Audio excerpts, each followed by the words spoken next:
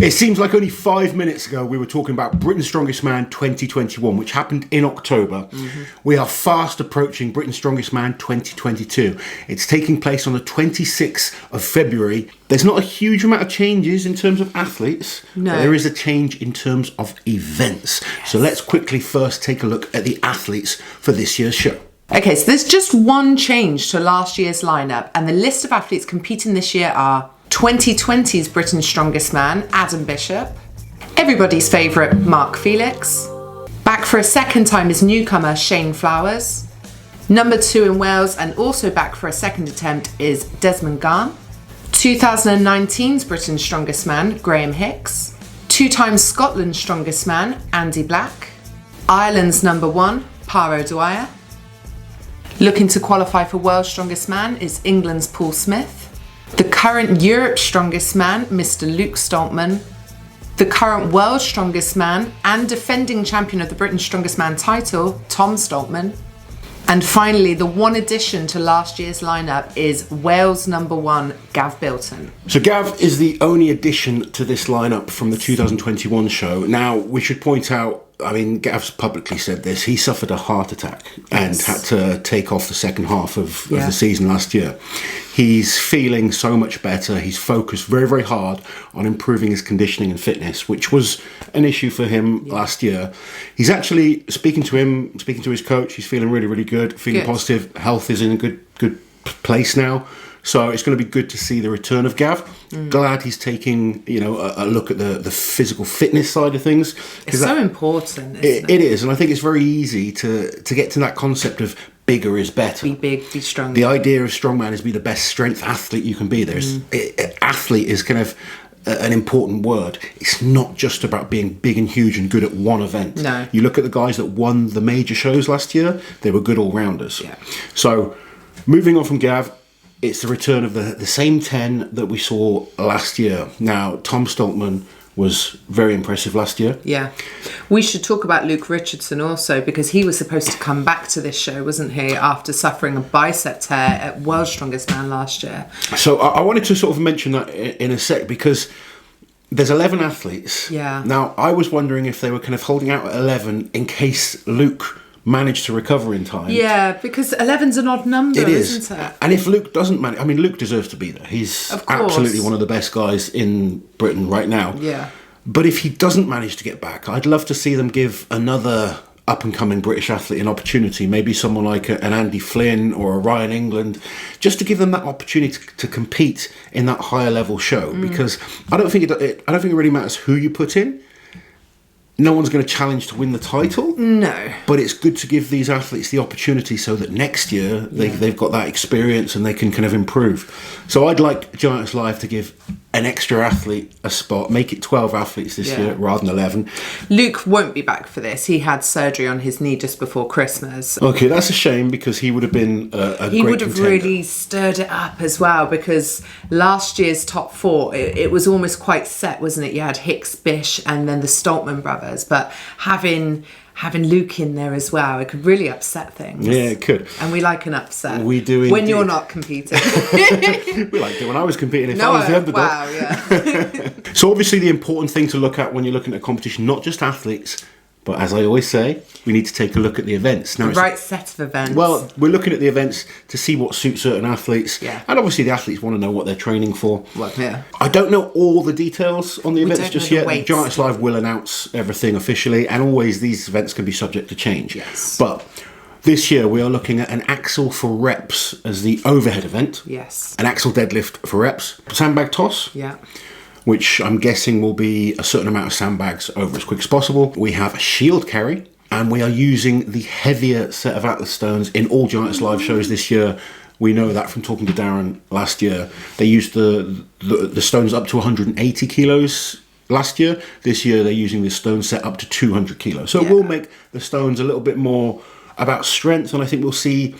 Last year we saw so many fast times and people split between We saw so many mistakes as well, that because it's so fast. I think the 200 is a good move by Giants Live. I still think people like Tom will throw them all up. Yeah, of course. Yeah. But I think we'll see less people, as it gets to the end of a competition, more people will struggle on that last stone, and it'll be a real achievement to finish the show and load that 200. Now, what do you think that Axel is likely to weigh? What would be a good weight at this level of competition? I think it'll be close to what we'd use at World's Strongest Man. So we're looking at, I would say between 150 and 160. The Axel that they use at Worlds is 163 kilos from memory. If it's the same one, it's going to be around the 150 to 160. I think Axel is a little bit harder for some of the guys. It's the clean, which is the issue. Guys like Hicksy loves a log. He finds that mobility and the movement a little bit tougher on an Axel. I think this kind of weight will be fine for him. When you go to that maximum weight, it's just a little bit tougher. But it's going to be interesting seeing that change from log to Axel. It suits the very athletic, explosive athletes as well. It's going to suit Tom, surely. Adam? I think Axel could suit Adam more than a log. Because the good log lifters won't get as far away from Adam. It depends. You can be a great log lifter and a great Axel lifter, but it doesn't guarantee that you're a great Axel lifter. No, of course not. So, there's some guys that are good at both, some guys that are just good at log but not so good at Axel. It's a weird one because it's nothing to do with the press. Once they get it to their shoulders, they can all press it. It's going up, it's getting it to the shoulders. It's getting it to the shoulders, which is a different challenge. So it's going to be an interesting one, I think. If it is around the 160 mark, it's going to be a challenge. I'm looking forward to having a throwing event at Britain's. We haven't had one there, have we? Not since 2012, at least, anyway. It's been a long time since we've seen a throwing event at Britain's Strongest Man. So, and you look at the athletes for this, Tom Stoltman is built for throwing, but also Andy Black.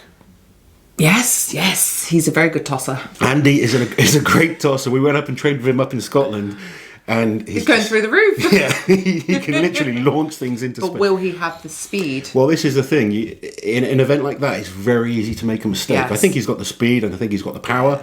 It's just being precise on this, not making a mistake. And it is one of those events. You can be the best in the world at it, but you can mess up. And it just throws that element of, surprise in there. It's not like a guarantee like a deadlift for Max would be. No. There's just always that possibility that you throw one and it just goes up and comes back down, doesn't go over the implement. So you need that precision as well as the speed and technique and power. Did you say shield carry? Shield carry. Yes. Now, this surely is going to suit Tom. Has to. Yeah. Surely can he get his arms all the way around? I remember Thor could. I think he's got a good shot at getting his hands all the way around. He's got that wingspan. Because they did it at Europe's, but he wasn't there, was he? And the issue with this shield is very wide. Yeah. So most of the guys cannot get their hands to close together. The only person I've seen manage to do that is Thor. Yeah. And because of that, it then enables him to go as far as he can go. It's a tough one. I mean, there's been some surprise athletes. Mark Jeans, was it? No, Mark Steele. Mark Steele. Mark Steele was very good at it. Yes, and he looks like he's built for the static power events, doesn't he? But he was very, very good at it. Yeah. At the shield carry. So you never know, and it'll come down to how people are training. Yeah. It's one of those events. It kills you. Yeah. And you'd think someone like Adam Bishop could be really good at it. Oh, Adam's had terrible luck on this event, hasn't he? He fell one year, didn't he? Yeah. 2 years now. Europe's Strongest Man. He sort of partially blacked Europe's out. he was kind of exhausted, but yeah. But one year at Britain's, he did fall. And did he hurt his arm? I think he was out, wasn't he? Yeah, it was, so quite scary. I've seen him training it, and he's good. So it's just having that thought in the back of thought in the back of your head is, am I going to mess this up again? Hopefully he'll have a good run on it. Yeah. But looking at the athletes, I think some of the younger guys like Shane Flowers, Desmond, they could be good at an event like this. So I think Britain's this year is going to be exciting. I don't think it's as guaranteed set in terms of the top four dominating as much as last year. I think we could see some surprises. Yeah, possibly. If Gav is in good shape, he needs to be in good shape for this because there's a lot of fitnessy type events in there. I think Andy Black with things like the throwing, the deadlift, the carrying, the stones, great set of events for Andy. Obviously, the Axel could cost him a few points. We'll have to see how his pressing's improved. Of course, yeah. But when I saw these events and I saw the athletes, I couldn't look past Tom Stoltman. No. It's hard to see someone beating Tom. Where is the weakness for Tom? There isn't one. He's good overhead. He's a great deadlift. I think he was second on the press than the dumbbell. And I'd say Axel probably is better for him than dumbbell. Yeah. On the throw, he could win. On the shield carry, he could win. On the stones, he can win. Yeah. I don't see him dropping many points at all. No. Now, the only thing you do have to consider is that Tom and Luke have the Arnolds the following week. Yes, and apparently Tom is very focused on the Arnolds, which excites me a lot because I want the Stoltmans to go there and I want it to be a real battle from top to bottom in that competition. Well, I guess we had that same issue with the Rogue Invitational, Yeah, but to be fair, Tom did exceptionally well. He came second, Yeah. and the difference there was he was really focused on Britons and not Rogue because they didn't even know until a few weeks beforehand that they were going to be able to travel there. So yeah, this year, I mean, Tom, obviously, current Britain's strongest man. I'm sure he's going to want to win that again. Yes, and I think with these events, he's going to look at it and think, it's mine to lose. But now that he's got Britain's title in the bag, surely the Arnolds is a much tastier treat. Like the Arnolds, who does? Of course, if people say, "Oh, World's Strongest Man's becoming about speed and about fitness," no one's saying that about the Arnolds. Oh, well, actually, I have seen a couple of people say about the Arnolds, but those people are crazy because the Arnolds is going to be so heavy. Isn't The Arnolds, you've got a squat for max, you've got a log for max. You've got a ridiculously heavy dumbbell for reps. Yeah, it's very, very really heavy. But it'd be interesting to see how they plan their training to obviously do Britain's because they're both down to do it and then recover. I think looking at the events for the Arnolds, they're better for Luke than the British events are. And I think Luke probably wants to win the British more than maybe. It's hard. You don't know what someone's thinking. If I was Tom, I would want to win Britain's Strongest Man that second time. Of course you would. Especially really would. While you still have the World's Strongest Man title. You're going to want to win every title that you can. I think he honestly believes he can win the Britain's and win Arnold's and win Worlds. And if he did that... That would be some bloody achievement, wouldn't it? Anyway, what do we think about the other guys in this contest? Who do we see challenging those top 5 Bish. positions? Yeah. So with Bish, he's very good at throwing.